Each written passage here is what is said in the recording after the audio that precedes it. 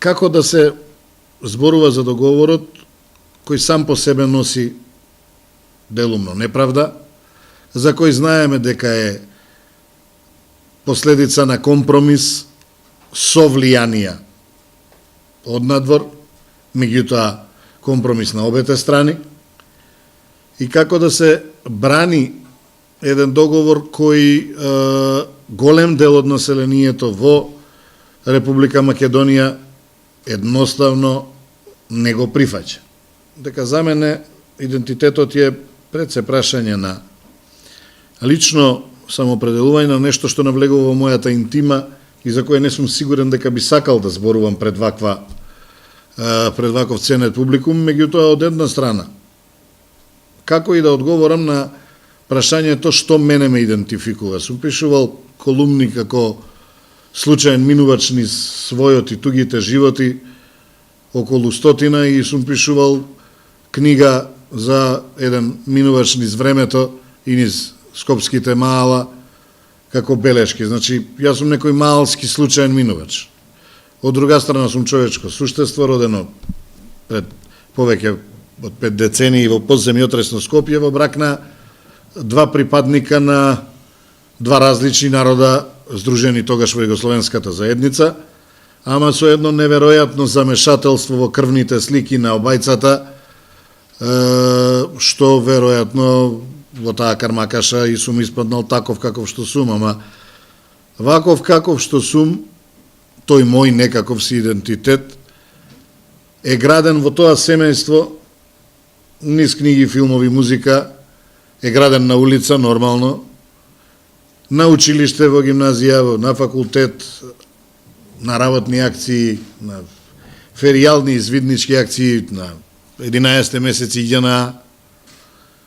Граден е во семејството кое ве го израснавме со поубавата ми половина синот.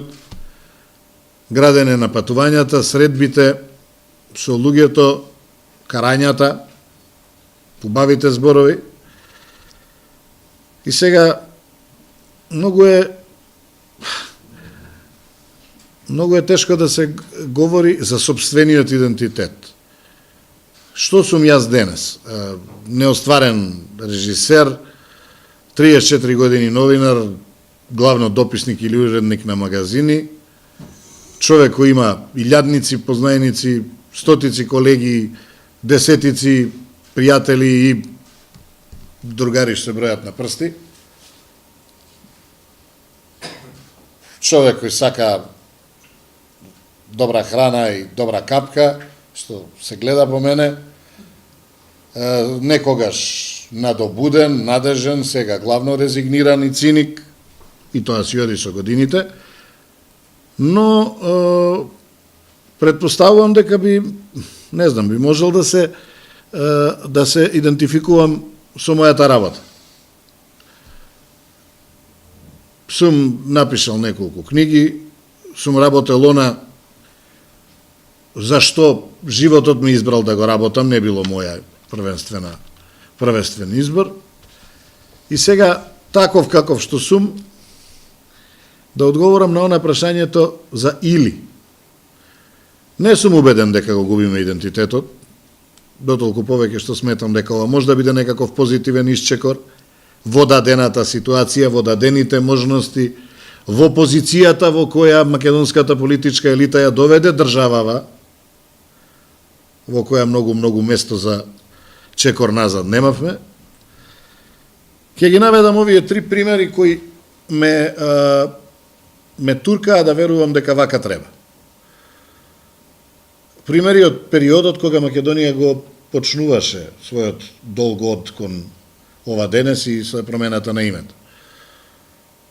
Во средината на 90-тите, додека во Босна се лееше крв до колена, во Австрија на прочуениот Салцбуршки семинар со тема дали Европа го губи својот пат, собраа и 5 екс-југословени, двајца млади дипломати од Црнагора и Хрватска со претходно искуство од југословенската дипломатија, еден еминентен професор од Србија кој потоа стана амбасадор на таа земја и двајца новинари еден од националниот сервис на Словенија и јас како тогаш како уредник во Пулс, од оправдани причини представник на Босна немавме меѓу официјалните гости, ама имавме во тој дворец во кој е сниман филмот Моите песни, моите сништа, нешто како беше оригиналот, не знам, со Џорги Ендрюс, едно неверојатно здание. Домакин, економ, беше бегалец од Босна. И прекрасно свираше човекот гитара и секоја вечер петте екс-југословени и шестиот од Босна седеа на иста маса, пееа песни од сите наши народи и народности и се обидуваа секоја вечер да го пополнат секој квадратен сантиметар на масата со празни шишиња пиво. Тоа предизвикуваше соблазнување од организаторите, оти онамо се колеа. Буквално. Не им беше јасно како пееме заедно на вечер. Уште помалку јасно им беше тоа што на сесијата за Босна, во која Европа и го загуби делумно својот пат, за среќа се подисправи после малку на тие босански скрки и волкоебини во 90-тите и со односот кон бивша Југославија и кон Босна особено, ние во тоа шаренило на дипломати и титули и во тоа црнило на смокинзи, настапивме со прилично слични ставови. Јас се обидов да зборувам за, на постарата генерација е позната, една легендарна епизода на Сараивската листа на надреалисти, во која со огромна доза на кобење црно-хуморно предвидоа дека замислија една тепачка меѓу представниците на меѓународната заедница на заедничката софра со која се слави преживувањето и бегањето од високите ѕидини на тогашниот Шеќерград на последниот босанец. Тепачката на дипломатите беше кој најмногу му помогнал да преживее на последниот босанец.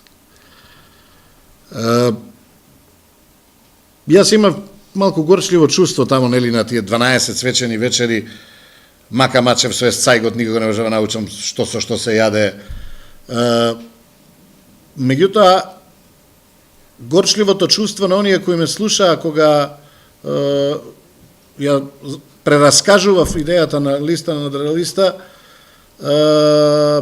се гледаше.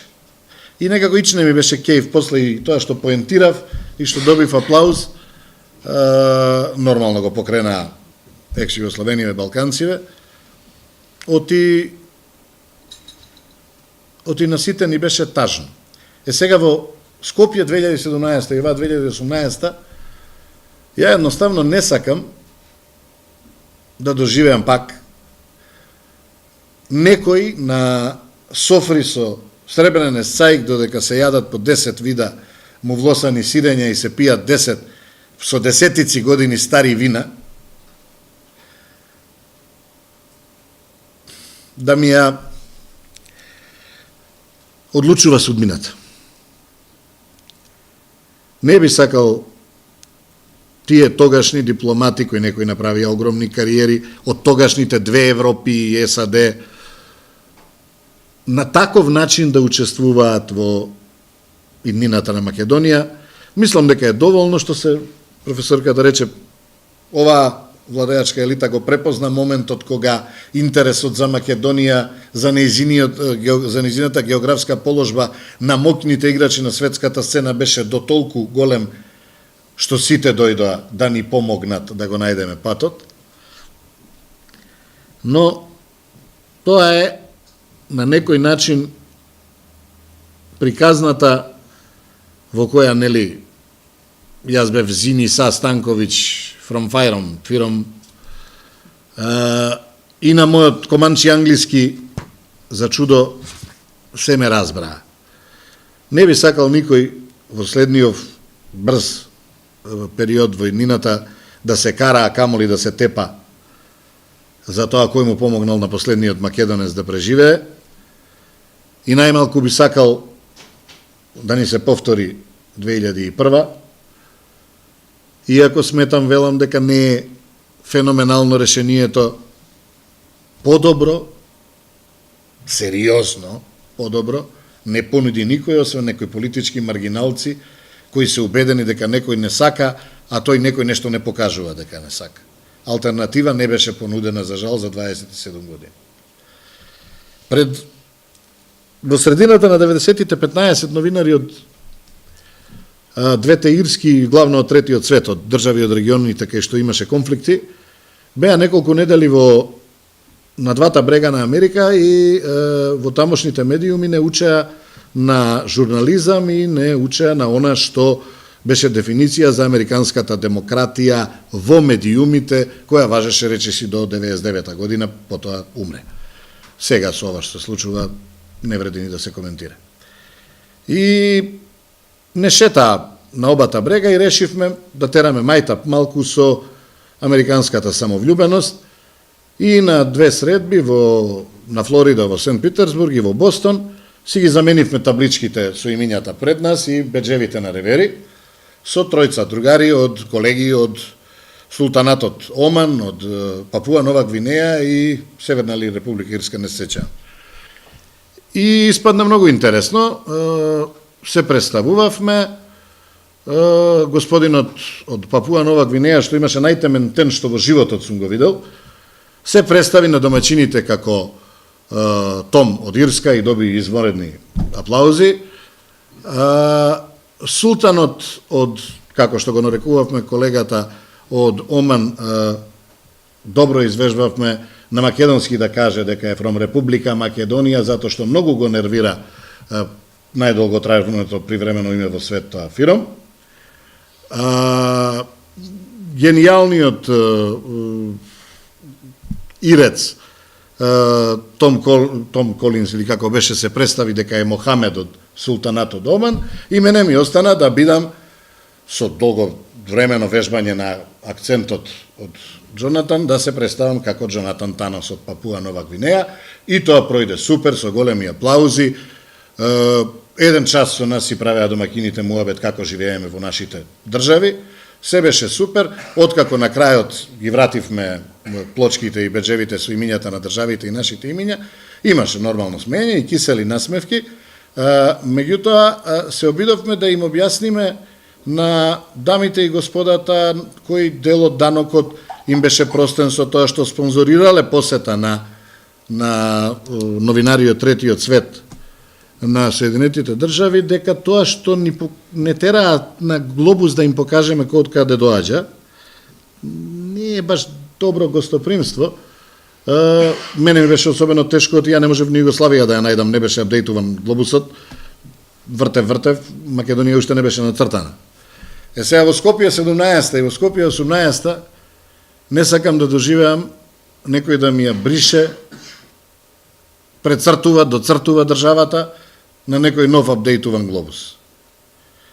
Според тоа, или ќе се опаметиме и ќе го користиме моментот прагматично во интерес на новите генерации, или ќе тераме инајат и јадеме корења, не е битно, постои таков избор, меѓутоа и за таков избор мора некој да има храбрости да го понуди, дури и да е лош. Ама ние немаме алтернатива. Никој ништо не нуди. Да заокружам, идентитетот е работа која самоопределувањето, прифаќањето на припадноста кон некоја целина е сепак интимна работа. И јас и овој договор и ова што утре ќе бидам северно македонец по пасош, го гледам само како еден чекор самите да се подоправиме, Македонија да стане асли држава со сите нишани, во која сите, ама навистина сите, ќе бидат равноправни пред својот Господ и пред законот, и она што белки, не знам, ќе го доживеат следните генерации, да нема веќе, да не постои веќе онаа параноја некој меѓу нас не е наш, и сите да се идентификуваме како нормални, рационални луѓе, кои можат во своето мало да живеат заедно со комшијата без да си пребројуваат крвни зрнца.